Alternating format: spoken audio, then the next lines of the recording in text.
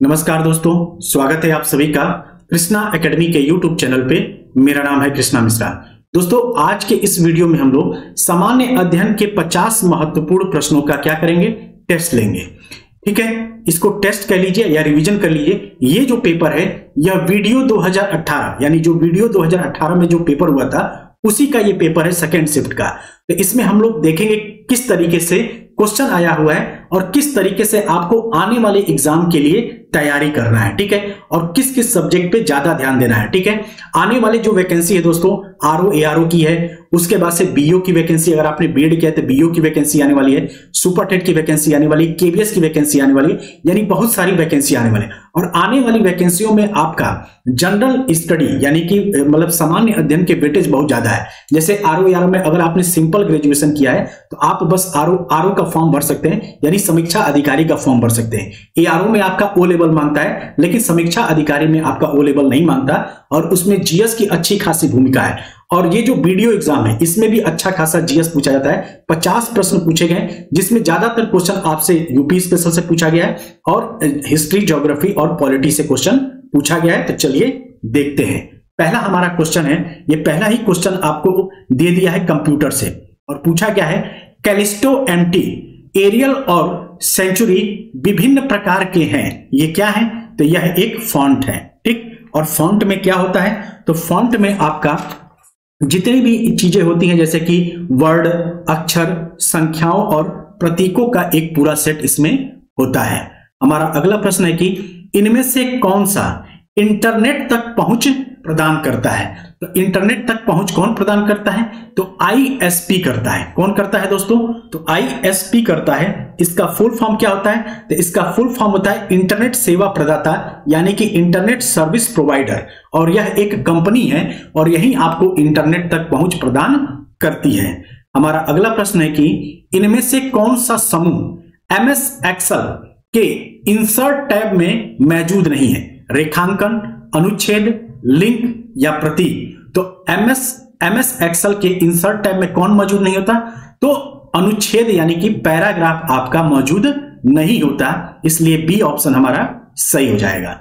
हमारा अगला प्रश्न है यूपी स्पेशल से, और देखिए कितना मजेदार क्वेश्चन पूछा है। क्वेश्चन क्या पूछा है कि उत्तर प्रदेश का त्रिवेणी संगम निम्नलिखित नदियों में से किसके संगम का स्थान है, यानी किसके संगम का स्थान है? तो देखिए पहली बात तो त्रिवेणी संगम कहां पे है? तो ये त्रिवेणी संगम आपका प्रयागराज, जो पुराना जिसका नाम था इलाहाबाद, वहां पे है। और त्रिवेणी संगम क्यों कहा जाता है? क्योंकि यहाँ पे 3 नदियां आके मिलती हैं, इसीलिए आपसे ये क्वेश्चन पूछा गया है। तब देखिए अगर आप क्वेश्चन को ध्यान से पढ़ेंगे ऑप्शन को, इसमें दिया क्या है? गंगा यमुना नर्मदा, गंगा यमुना सरस्वती, गंगा यमुना ताप्ती, गंगा यमुना सिंधु। तो देखिए ये जो ताप्ती नदी है ये कहां बहती है? ये मध्य प्रदेश से होते हुए, गुजरात से होते हुए अरब सागर में गिरती है। तो ये ऑप्शन तो हमारा ऐसे ही गलत आ गया, सिर्फ ताप्ती नदी के होने के कारण। देखिए एग्जाम में जब आप किसी क्वेश्चन में कंफ्यूज हो जाए, देखिए एग्जाम को कैसे निकालते हैं, किस तरीके से क्वेश्चन को सॉल्व करते हैं, उसका मैं आपको तरीका बता रहा हूं, ये कोई बताता नहीं है। देखिए एग्जाम को सॉल्व करने का सबसे बढ़िया, जो क्वेश्चन में आप फंस जाए तो देखिए कि कौन से क्वेश्चन को, किस ऑप्शन को आप एलिमिनेट कर सकते हैं। तो ये ऑप्शन तो सीधे सीधे एलिमिनेट हो गया। क्यों?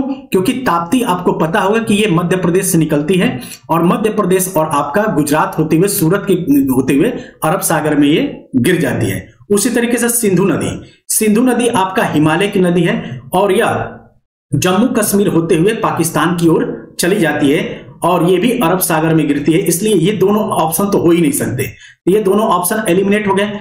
अब आपको बस इन्हीं दो ऑप्शन पे आपको ट्रिक लगाना है। तो देखिए गंगा यमुना और नर्मदा, गंगा यमुना नर्मदा को भी एलिमिनेट कर सकते हैं, क्योंकि नर्मदा भी क्या है? नर्मदा भी आपका मध्य प्रदेश से निकलती है, यानी ये 3 ऑप्शन तो ऐसे ही एलिमिनेट हो गए।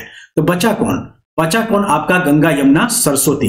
ये जो त्रिवेणी संगम है, यहाँ पे गंगा यमुना और सरस्वती नदियों का बहाव होता है, आके यही तीनों नदियां आके आपस में मिलती हैं, इसलिए त्रिवेणी संगम के नाम से ये जाना जाता है। तो देखिए अगर आपको किसी क्वेश्चन को नहीं आ रहा है, डायरेक्ट नहीं आ रहा है, तो एलिमिनेट करना सीखिए, उसके बाद से आपको एग्जैक्ट आंसर धीरे धीरे मिल जाएगा, जैसा कि इस प्रश्न में आपको मिल गया। हमारा अगला प्रश्न है कि इनमें से कौन सा उत्तर प्रदेश में विश्वविद्यालय नहीं है? तो बुंदेलखंड विश्वविद्यालय उत्तर प्रदेश में तो है ही है, क्योंकि बुंदेलखंड में ही क्या होता था सही कई लोग बीएड करते हैं। उसी तरह चौधरी चरण सिंह विश्वविद्यालय भी आपका है, ये एक क्या है, एक कृषि विश्वविद्यालय है। बरकतुल्ला विश्वविद्यालय, गौतम बुद्ध विश्वविद्यालय, तो देखिए गौतम बुद्ध, बुंदेलखंड और चौधरी चरण ये तो उत्तर प्रदेश में है, जबकि बरकतुल्ला विश्वविद्यालय जो है उत्तर प्रदेश में आपका नहीं है। हमारा अगला प्रश्न है कि इनमें से कौन सा उत्तर प्रदेश का लोक नृत्य नहीं है। क्या पूछा गया है कि इनमें से कौन सा उत्तर प्रदेश का लोक नृत्य नहीं है। रामलीला, रासलीला, अहिर नृत्य और गिद्धा नृत्य। देखिए गिद्धा नृत्य जो है ये पंजाब का है, इसलिए हमारा डी ऑप्शन सही हो जाएगा, जबकि रामलीला, रासलीला और अहिर नृत्य आपका यूपी का है। ठीक है, इसलिए हमारा डी ऑप्शन सही हो जाएगा। हमारा अगला प्रश्न है कि उत्तर प्रदेश में ललित कला अकादमी यानी कि नेशनल एकेडमिक ऑफ आर्ट्स क्षेत्रीय केंद्र स्थित है। तो देखिए जो उत्तर प्रदेश का ललित कला अकादमी का जो क्षेत्रीय केंद्र है वो कहां स्थित है, तो वो लखनऊ में स्थित है, इसलिए बी ऑप्शन हमारा सही हो जाएगा। हमारा अगला प्रश्न है कि छठ पूजा में किस भगवान की पूजा की जाती है, जो उत्तर प्रदेश, झारखंड, बिहार का एक बहुत ही महत्वपूर्ण त्योहार है। तो दिवाली के बाद अक्सर छठ पूजा होता है और यूपी के पूर्वांचल में, बिहार और झारखंड में इस पर्व को बहुत अच्छे से मनाया जाता है। और इसमें किस भगवान की पूजा होती है, तो सूर्य भगवान की पूजा होती है, यानी कि इसका सी ऑप्शन रवि हमारा सही हो जाएगा। हमारा अगला प्रश्न है कि इलाहाबाद में इनमें से कौन सा मेला मनाया नहीं जाता है, यानी इलाहाबाद का आधुनिक नाम, यानी इसका नाम बदल के क्या कर दिया गया है, तो प्रयागराज कर दिया गया है। ठीक, और आपसे पूछा कि इनमें प्रयागराज में कौन सा मेला नहीं मनाया जाता, तो कुंभ मेला तो मनाया ही जाता है, हर 12 साल पे प्रयागराज में कुंभ मेला लगता है। माघ मेला हर साल लगता है दिसंबर जनवरी में। बैसाख मेला आपका नहीं लगता, और अर्ध मेला भी लगता है, हर 6 साल पे अर्ध मेला लगता है। कुंभ हर 12 साल पे, अर्ध मेला 6 साल पे, और माघ मेला उत्तर प्रदेश के प्रयागराज में हर साल दिसंबर जनवरी में होता है। और ये बैसाख पर्व जो है, यह बैसाख पर्व कहां मनाया जाता है, तो पंजाब में मनाया जाता है, इसलिए सी ऑप्शन हमारा सही हो जाएगा। ये क्वेश्चन थोड़ा सा बड़ा है, इसलिए आपको पूरा नहीं दिख रहा होगा। क्वेश्चन क्या है कि एसोचैम यूपी एक राज्य स्तरीय वाणिज्य और उद्योगों का प्रमुख चैम्बर ऑफ ट्रेड है, जो निजी, सहकारी और सार्वजनिक क्षेत्र में बड़ी, मध्यम और छोटी इकाइयों का प्रतिनिधित्व करता है। एसोचैम का पूरा नाम क्या है, तो एसोचैम का पूरा नाम होता है the associated chambers of commerce and industry of Uttar Pradesh, यानी कि डी ऑप्शन हमारा सही हो जाएगा। हमारा अगला प्रश्न है कि उत्तर प्रदेश राज्य कब अस्तित्व में आया था, तो उत्तर प्रदेश जो राज्य था, यह अगर अस्तित्व की बात किया जाए तो 1 अप्रैल 1937 में आया था। ठीक है, कब आया था, तो 1 अप्रैल 1937 में उत्तर प्रदेश राज्य अस्तित्व में आया था, लेकिन तब उसका नाम क्या था, संयुक्त प्रांत था। और संयुक्त प्रांत से उत्तर प्रदेश कब बना, तो 24 जनवरी 1950 को बना। इसीलिए हर साल 24 जनवरी को क्या मनाया जाता है दोस्तों, तो हर साल 24 जनवरी को आपका उत्तर प्रदेश दिवस मनाया जाता है। और अभी हाल ही में 73वां उत्तर प्रदेश दिवस मनाया गया है, तो इसका ए ऑप्शन हमारा सही हो जाएगा।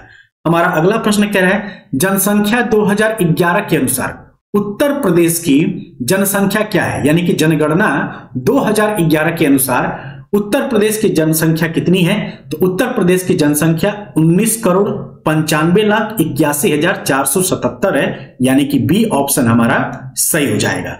हमारा अगला प्रश्न है कि इनमें से कौन सा उत्तर प्रदेश में एक जिला नहीं है, तो क्या अमेठी उत्तर प्रदेश का जिला नहीं है, बिल्कुल है, यहीं से राहुल गांधी संसदीय चुनाव लड़ते हैं। बस्ती भी आपने सुना ही होगा, बस्ती भी आपका है। मेरठ भी आपका उत्तर प्रदेश का जिला है, लेकिन देहरादून ये कहां का है, उत्तराखंड का है। ये तो बच्चा भी क्वेश्चन कर लेगा, क्योंकि हम लोग जब देहरादून घूमने जाते हैं कहां जाते हैं, तो उत्तराखंड जाते हैं। हमारा अगला प्रश्न है एंशिएंट हिस्ट्री से क्वेश्चन पूछा गया है कि मोहनजोदड़ो शब्द का अर्थ क्या है, तो आप सभी को पता है कि मोहनजोदड़ो का अर्थ है माउंट ऑफ डेड, यानी कि मृतकों का टीला के नाम से जाना जाता है मोहनजोदड़ो, इसलिए हमारा बी ऑप्शन बिल्कुल करेक्ट हो जाएगा। ठीक, हमारा अगला प्रश्न है कि सिंधु घाटी सभ्यता के बारे में इनमें से कौन सा कथन सत्य है। ठीक, ऑप्शन ए है सिंधु लोग कपास का उत्पादन करने वाले थे, बी है कि उन्होंने लकड़ी के बक्से में अनाज भंडारित किया, सी है सिंधु घाटी सभ्यता पंजाब, सिंध, बलूचिस्तान, गुजरात, राजस्थान और पश्चिम बंगाल के कुछ हिस्सों को कवर करती है। और डी ऑप्शन है कि सिंध लोग कुत्तों, बिल्लियों, घोड़ों को बड़े पैमाने पर पालते हैं। तो देखिए ये क्वेश्चन आपके लिए थोड़ा सा कठिन लग रहा है, लेकिन जब भी ऐसे क्वेश्चन किया करना हो तो आप क्या करेंगे, एलिमिनेशन वाली क्रिया लगाएंगे, एलिमिनेशन वाला ट्रिक लगाएंगे। जैसे हम देखते हैं कि सिंध लोग कपास का उत्पादन करने वाले पहले थे, ये तो सही लग रहा है क्योंकि कपास का उत्पादन हमारे देखे गया है, लेकिन उन्होंने लकड़ी के बक्से में अनाज भंडारित किया, ये तो नहीं हो सकता क्योंकि लकड़ी ऐसा कोई साक्ष्य नहीं मिला है कि लोग वहां के जो अनाज को लकड़ी के बक्से में भंडारित करते थे। और देखिए तीसरा ऑप्शन क्या कह रहा है, सिंधु घाटी सभ्यता पंजाब, सिंधु, बलूचिस्तान और गुजरात और राजस्थान और पश्चिम बंगाल के कुछ हिस्सों को कवर करती है। तो देखिए ये सब राज्यों में तो सिंधु घाटी सभ्यता फैली थी, लेकिन पश्चिम बंगाल में नहीं फैली थी, इसलिए इसका सी ऑप्शन भी गलत हो जाएगा। ठीक है, तो इसका सही आंसर क्या होगा, तो इसका सही आंसर हो जाएगा ए, जो कपास, यानी कि सिंध लोग कपास का उत्पादन करने वाले पहले थे। और कपास इसलिए तो आपने देखा होगा सिल्क रोड यानी कि रेशम मार्ग की खोज की थी इन लोगों ने, तो इसलिए ए ऑप्शन सही हो जाएगा। डी ऑप्शन क्यों नहीं सही होगा, क्योंकि घोड़ों का खोज नहीं होता, घोड़े के साक्ष्य हमारे सिंधु घाटी सभ्यता में नहीं मिले हैं, इसलिए डी ऑप्शन भी गलत हो जाएगा। हमारा अगला प्रश्न है कि दिल्ली में कुतुब मीनार दुनिया का सबसे ऊंचा ईंट का बना मीनार है, इनमें से कौन से राजा ने इसके निर्माण में योगदान नहीं दिया था। देखिए कुतुब मीनार का निर्माण का शुरुआत किसने किया था, कुतुबुद्दीन ऐबक ने किया था। ठीक, इसको पूर्ण किसने करवाया था, तो इल्तुतमिश ने करवाया था। और फिरोज शाह तुगलक ने भी इसमें कुछ, यानी इसकी जो 5वीं या 4थी मंजिला थी वह फिरोज तुगलक ने ही बनवाया था। ठीक है, तो इसका सही आंसर क्या होगा, तो इसका सही आंसर हो जाएगा 117वें का सही आंसर हो जाएगा अलाउद्दीन खिलजी। अलाउद्दीन खिलजी ने कुतुब मीनार के निर्माण में कोई भी योगदान नहीं दिया था। ठीक है, और यह खिलजी वंश का शासक था। हमारा अगला प्रश्न है कि घटना और तारीख के इन जोड़ों में से कौन सा जोड़ा सही ढंग से मेल नहीं खाता। आपसे देखिए थोड़ा सा क्वेश्चन बड़े बड़े हैं यूपी वीडियो एग्जाम में, हालांकि ऐसे क्वेश्चन आपके सुपर टेट में नहीं आएंगे, लेकिन आपको एक आइडिया होना चाहिए किस तरीके से पेपर पूछा जाता है। पूछा गया ऑप्शन ए क्या है कि दिल्ली भारत की नई राजधानी बन गई 1911 में। बी ऑप्शन क्या है कि महात्मा गांधी ने इंडिगो प्लांटर्स की शिकायतों पर ध्यान आकर्षित करने के लिए बिहार में चंपारण अभियान शुरू किया। तीसरा है हमारा बीजी तिलक ने पूना में अपने मुख्यालय के साथ भारतीय गृह नियम लीग की स्थापना की, कब की, तो 1914 में। और डी है कि सुभाष चंद्र बोस ने INC के अध्यक्ष के रूप में इस्तीफा दे दिया 1939 में। तो आपसे क्वेश्चन क्या पूछा गया है, तो इसमें से कौन सी घटना मेल नहीं खाती, तो इसका सही आंसर क्या हो जाएगा, तो इसका सही आंसर हो जाएगा सी, यानी कि बीजी तिलक ने अपने मुख्यालय के साथ भारतीय गृह निगम लीग की स्थापना की थी। यही ऑप्शन हमारा मेल नहीं खाता। हमारा अगला प्रश्न है कि इनमें से किस लड़ाई में अंग्रेजों ने बंगाल के नवाब सिराजुद्दौला को हराया था। तो ये सबको पता है, प्लासी की लड़ाई हुई थी, और प्लासी की लड़ाई कब हुई थी, 1757 को हुई थी। और इसी युद्ध में अंग्रेजों ने, यानी कि लॉर्ड क्लाइव जो था, उसने सिराजुद्दौला को हराया था। ठीक, हमारा अगला प्रश्न है कि जैन धर्म में 3 रत्न दिए जाते हैं और उन्हें निर्वाण का मार्ग कहा जाता है, वे क्या है। यानी जो जैन धर्म के 3 रत्न हैं वे क्या है, तो इसका सही आंसर क्या हो जाएगा, तो इसका सही आंसर हो जाएगा हमारा 120वें का। तो 120वें का सही आंसर क्या हो जाएगा दोस्तों, तो 120वें का सही आंसर हो जाएगा डी, यानी कि डी में क्या है कि सही विश्वास, सही ज्ञान और सही आचरण, ये हमारे जैन धर्म के 3 रत्न हैं। ठीक है, हमारा अगला प्रश्न है कि अंडमान और निकोबार द्वीप समूह भारत का एक संघ शासित प्रदेश है। सही बात है। तो पूछा गया है आपसे निकोबार में द्वीपों की संख्या क्या है, तो 9 है, 19 है, 204 है और 300 है। तो निकोबार में द्वीपों की संख्या की बात किया जाए तो निकोबार में द्वीपों की संख्या 19 है। ठीक है, इस चीज को याद रखेंगे। अगर कुल अंडमान निकोबार के द्वीपों की संख्या की बात किया जाए तो 500 से ऊपर है, 570 या 572 कुछ ऐसे है। ठीक, हमारा अगला प्रश्न है कि सौर मंडल की उत्पत्ति से संबंधित, ये क्या है, ज्योग्राफी का प्रश्न है। क्वेश्चन क्या है कि सौर मंडल की उत्पत्ति से संबंधित इनमें से कौन सा सिद्धांत सही ढंग से मेल नहीं खाता। तो नेबुलर पर परिकल्पना किसने दिया था, तो आर्किमिडीज ने दिया था। ज्वारीय हाइपोथेसिस किसने दिया था, तो जेम्स जीन्स और हैरोल्ड जेफरी ने दिया था। और गैसीय हाइपोथेसिस यानी गैसीय हाइपोथेसिस की संकल्पना किसने दिया था, तो चैम्बरलिन और मेल्टन ने दिया था। और ग्रही हाइपोथेसिस की संकल्पना किसने दिया था, तो कांट ने दिया था। तो आपसे पूछा गया कि इनमें से कौन सा संकल्पना है जो मेल खाता है। ठीक है, इसका सही आंसर क्या हो जाएगा, तो इसका सही आंसर हो जाएगा बी, यानी कि जो ज्वारीय हाइपोथेसिस की संकल्पना है वह किसने दिया था, तो जेम्स जीन्स और हैरोल्ड जेफरी ने दिया था। दोस्तों अगर आप लूसेंट पढ़ते हैं ना तो ये सभी चीजें आपको लूसेंट में मिल जाएंगी, यानी अभी तक हमने जो भी क्वेश्चन देखा वो आपका एक भी लूसेंट से बाहर नहीं है। इसलिए अगर आप वीडियो एग्जाम की तैयारी करना चाहते हैं तो लूसेंट को अच्छे से कर जाइए। हमारा अगला प्रश्न है कि इनमें से कौन सा महाद्वीप सही ढंग से अपने सबसे बड़े देश या क्षेत्र से मेल खाता है। एशिया इंडिया से, अफ्रीका कांगो एवं लोकतांत्रिक गणराज्य से, उत्तरी अमेरिका संयुक्त राज्य अमेरिका से, और साउथ अमेरिका ब्राजील से। तो देखिए इंडिया, क्या एशिया का सबसे बड़ा देश इंडिया है? नहीं है। कौन सा है? तो चीन है। ठीक उसी तरीके से अफ्रीका का सबसे बड़ा देश क्या कांगो या लोकतांत्रिक गणराज्य है? नहीं है। ठीक है, अफ्रीका का सबसे बड़ा देश कांगो का लोकतांत्रिक गणराज्य नहीं है। उसी तरीके से उत्तरी अमेरिका का क्या संयुक्त राज्य अमेरिका सबसे बड़ा है? तो नहीं, कनाडा सबसे बड़ा है। ठीक, लेकिन दक्षिण अमेरिका का ब्राजील सबसे बड़ा देश है, इसलिए डी ऑप्शन हमारा सही हो जाएगा। ठीक है, 123वें का कौन सा ऑप्शन सही हो जाएगा? तो 123वें का हमारा डी ऑप्शन सही हो जाएगा। वहीं अगर बात किया जाए अफ्रीका का सबसे बड़ा देश कौन सा है, तो अल्जीरिया है। इस चीज को आप याद रखेंगे। हमारा अगला क्वेश्चन है कि असंगत मिलान खोजें। दुनिया का सबसे बड़ा प्राणी ब्लू व्हेल है? बिल्कुल है। ठीक, उसी तरीके से दुनिया का सबसे बड़ा डेल्टा सुंदरबन है? बिल्कुल है। दुनिया में सबसे गहरी झील सुपीरियर झील कनाडा है। और दुनिया में सबसे बड़ा रेगिस्तान सहारा है? तो यह भी बिल्कुल बात सही है। लेकिन दुनिया में सबसे गहरी झील आपका सुपीरियर नहीं है। ठीक है, सुपीरियर कहां है? तो ये कनाडा और उत्तरी अमेरिका, कनाडा और उत्तरी अमेरिका के सीमा पर ये झील स्थित होता है। ठीक है, लेकिन यह दुनिया का सबसे गहरा झील नहीं है। दुनिया का सबसे गहरा झील कौन सा है? तो बैकाल झील है, जो कि रूस में अवस्थित है। ठीक, हमारा अगला प्रश्न है कि इनमें से कौन सा कम हिमालय या हिमालय के महत्वपूर्ण पहाड़ी रिसोर्ट्स में से एक नहीं है। बाणासुर, चैल, रानीखेत और नैनीताल। आपको बताना है इसका सही आंसर। इसका सही आंसर क्या हो जाएगा? इसका सही आंसर हो जाएगा चैल, यानी कि जो चैल है यह हिमालय के महत्वपूर्ण पहाड़ी रिसोर्ट्स में से एक नहीं है, जबकि रानीखेत, नैनीताल और बाणासुर, मतलब ये क्या है?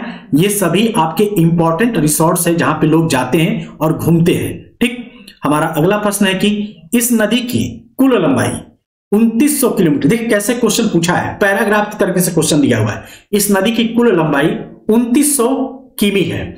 यह तिब्बत चेमायुंगडुंग ग्लेशियर से शुरू होती है, जहां इसे सांगपो कहा जाता है, और दिहंग नाम के तहत भारतीय क्षेत्र अरुणाचल प्रदेश में प्रवेश करती है।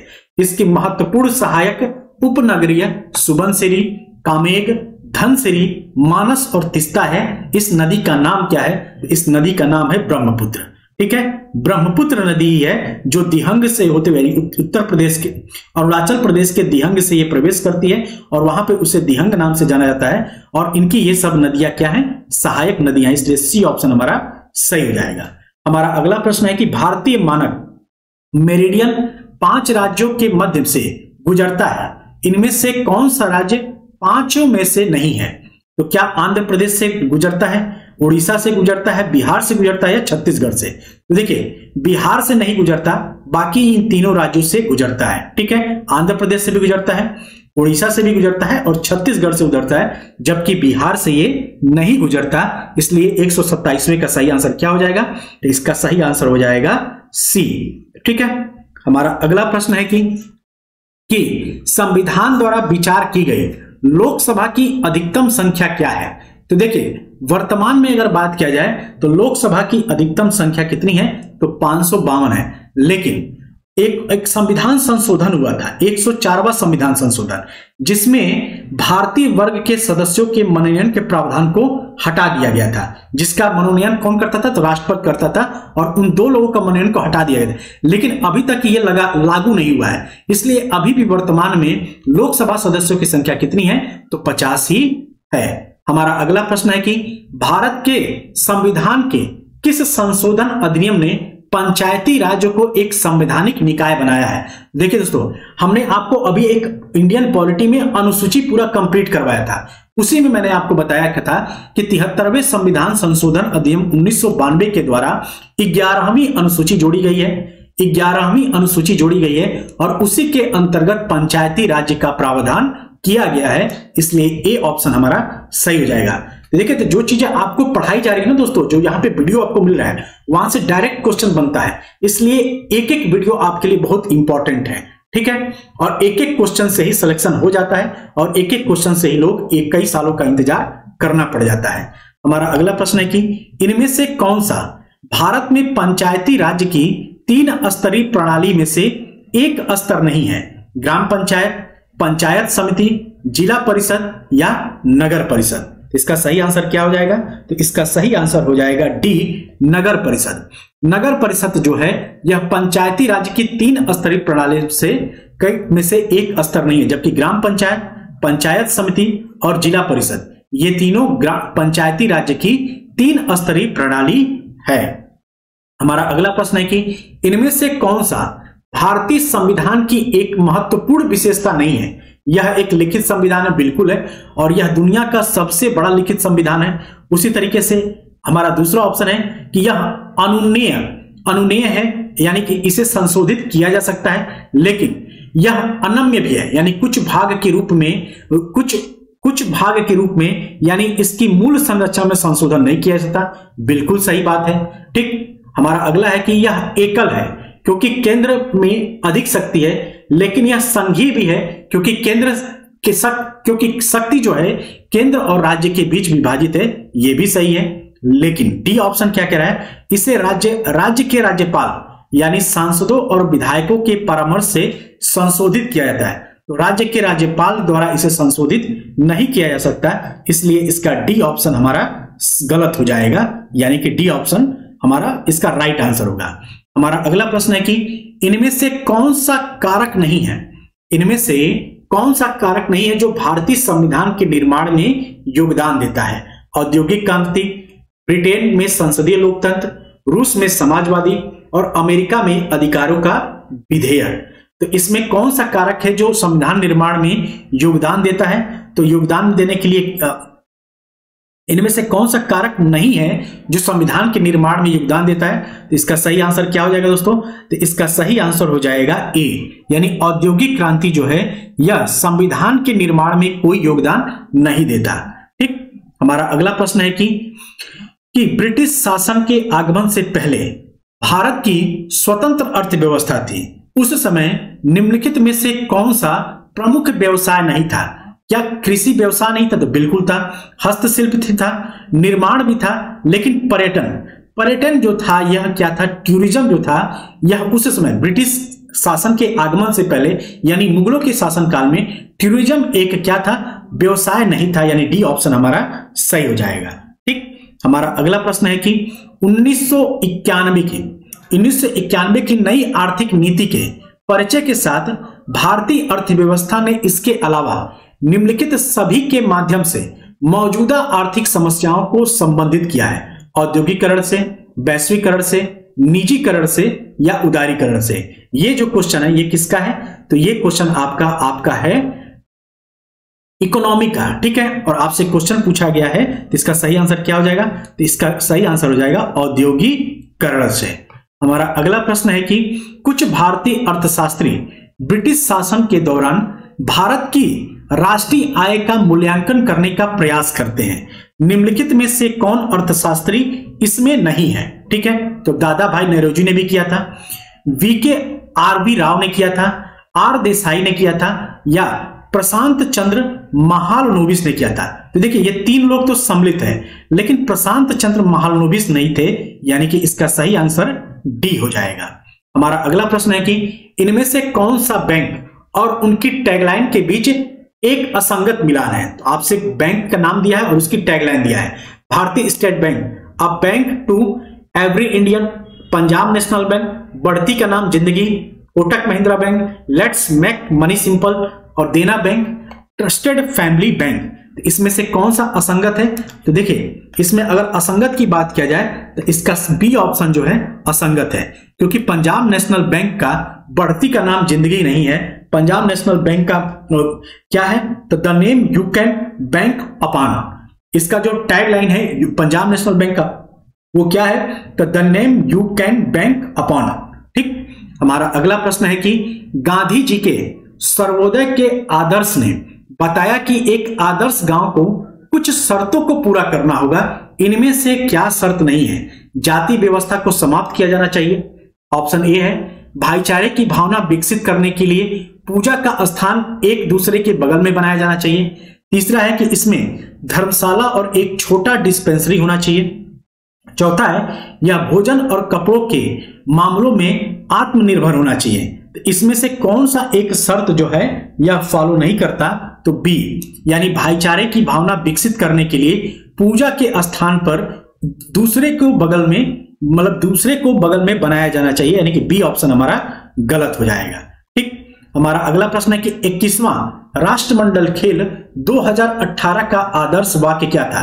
क्योंकि ये पेपर जो हुआ था 2018 के दिसंबर में हुआ था, इसलिए आपसे 2018 का करंट अफेयर पूछा जाता है। तो ये सब चीजें हम लोग नहीं देखेंगे क्योंकि पुराना नहीं करंट अफेयर है, तो ये सब चीजें हमें नहीं देखेंगे। जैसे उबेर कप भी आपका पुराना है, ये करंट अफेयर का पोर्शन है, इसको भी नहीं देखेंगे। अब इसमें पूछा है कि इनमें से कौन सा सही नहीं है?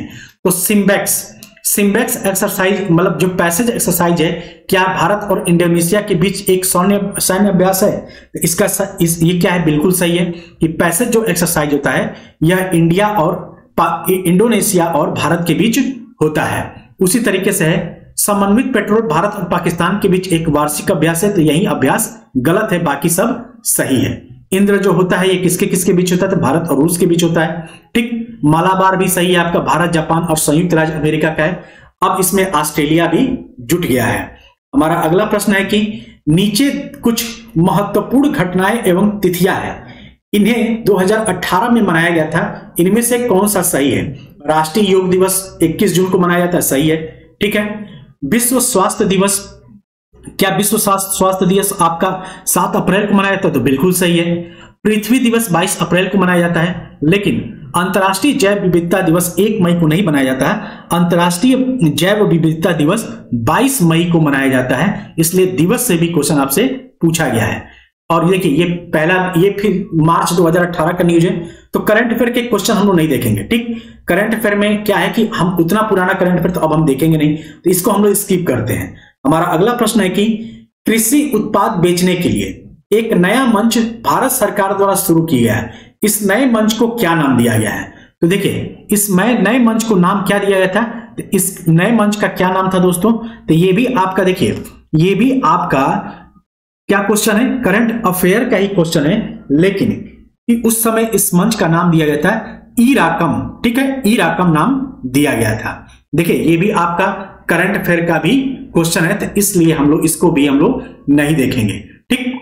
हमारा अगला प्रश्न है कि गलत मिलान की पहचान करें। फाउंटेन पेन के आविष्कारक कौन है? तो फाउंटेन पेन के आविष्कारक का नाम क्या है दोस्तों? तो क्या फाउंटेन पेन का आविष्कारक का नाम लुइस एडिसन वाटरमैन है? तो बिल्कुल सही है। उसी तरह के अमीटर के आविष्कारक कौन है? तो अमीटर के जो आविष्कारक हैं वो कौन है? तो वो है हमारे अमीटर के आविष्कारक क्या जेंक राइयस जेनेंस है? तो नहीं, ये हमारा गलत हो जाएगा। बाकी बैरोमीटर के आविष्कारक कौन है? तो बैरोमीटर के आविष्कारक इवांजेलिस्टा टेरिसेली है, और जबकि एनिमेशन के एमिल रेनोड है। लेकिन अमीटर के आविष्कारक कौन है?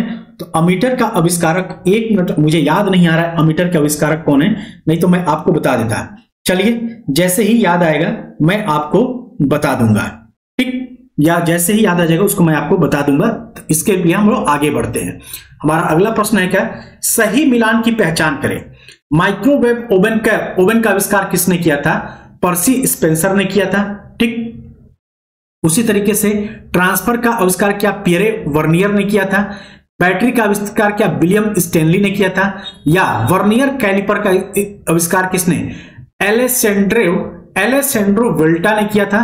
तो देखिए जी नहीं, इनमें से एक सही कौन सा है? तो माइक्रोवेव का आविष्कार किसने किया था? तो पर्सी स्पेंसर ने किया था। ये सब आपके साइंस के क्वेश्चन है। हमारा अगला प्रश्न है कि अस्थायी रूप से संग्रहित डेटा के लिए उपयोग किया जाने वाला शब्द क्या है? तो इसका सही आंसर क्या हो जाएगा? तो इसका सही आंसर हो जाएगा B, cache data. Cache data है, ठीक। हमारा अगला प्रश्न है कि अभिज्ञान शकुंतलम किताब के लेखक कौन है? तो इनको तो कौन नहीं जानता, इनको तो सभी लोग जानते हैं। तो अभिज्ञान शकुंतलम के लेखक कौन है? तो ये कालिदास हैं, ठीक है दोस्तों। और हमारा लास्ट क्वेश्चन है कि निम्नलिखित में से कौन से युग्म सही ढंग से मेल नहीं खाते? पुराने पत्रों का समूह किसे? जवाहरलाल नेहरू, ठीक। समय का संक्षिप्त इतिहास, ये क्वेश्चन, ये एक पुस्तक दिया हुआ है और उसके लेखक दिया हुआ है। क्या है? पुराने पत्रों का एक समूह के लेखक जवाहरलाल नेहरू हैं। समय का संक्षिप्त इतिहास किसने लिखा है? तो अल्बर्ट आइंस्टीन ने लिखा है। मिडसमर नाइट्स ड्रीम किसने लिखा है? तो विलियम शेक्सपियर ने लिखा है। या राजनीति अर्थव्यवस्था की आलोचना में योगदान किसने लिखा है? तो कार्ल मार्क्स ने लिखा है। इसमें आपको बताना है कि इनमें से कौन सा एक मेल नहीं खाता। तो देखिए, समय का संक्षिप्त इतिहास अल्बर्ट आइंस्टीन ने नहीं लिखा है। ये किसने लिखा है? तो इसको लिखा है स्टीफन हॉकिंस ने, ठीक है। समय का संक्षिप्त इतिहास का लेखन स्टीफन हॉकिंस ने कहा था, जो एक फिजिक्स के बहुत बड़े वैज्ञानिक थे, जो पैरालाइज थे, जो हमेशा किस पे चलते थे? तो व्हील चेयर पे चलते थे और कुछ बोल नहीं सकते थे, लेकिन वो बहुत बड़े वैज्ञानिक थे। इसलिए इसका बी ऑप्शन सही हो जाएगा। तो दोस्तों, ये था हमारा वीडियो एग्जाम का पेपर। वीडियो एग्जाम में किस तरीके से क्वेश्चन आया हुआ है ये हमने आज देखा। बहुत टफ क्वेश्चन नहीं, आपको 4 ही 5 क्वेश्चन थोड़े लंबे दिखे और थोड़े टफ दिखे, बाकी आप ऐसे हैं कि आप लूसेंट से आराम से इन एग्जामों को कर सकते हैं। इसलिए लूसेंट आपके लिए बड़ा ही इंपॉर्टेंट होता है। तो आज की क्लास में इतना ही, मिलते हैं अगली क्लास में। तब तक आप सभी अपना ध्यान रखिएगा। जय हिंद, जय भारत।